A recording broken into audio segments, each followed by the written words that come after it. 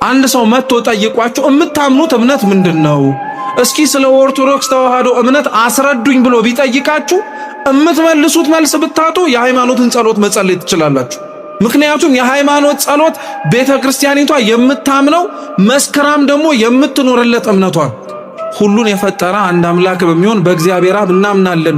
ሰማይና ምድርን የፈጠረ የሚታየውና የማይታየውን ዓለም ሳይፈጠር ከእርሱ ጋር በነበረ አንድ የአብ ልጅ በሚሆን በአንድ ጌታ በኢየሱስ ክርስቶስ እናምናለን።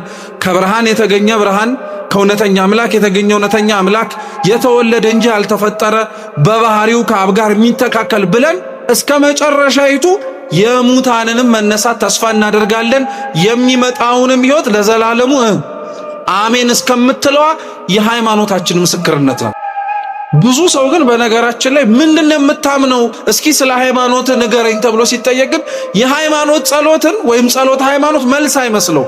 ጸሎት ሃይማኖት መልስም ሰው ስለ እምነቱ ሲጠየቅ መስጠት የሚችለው መልስም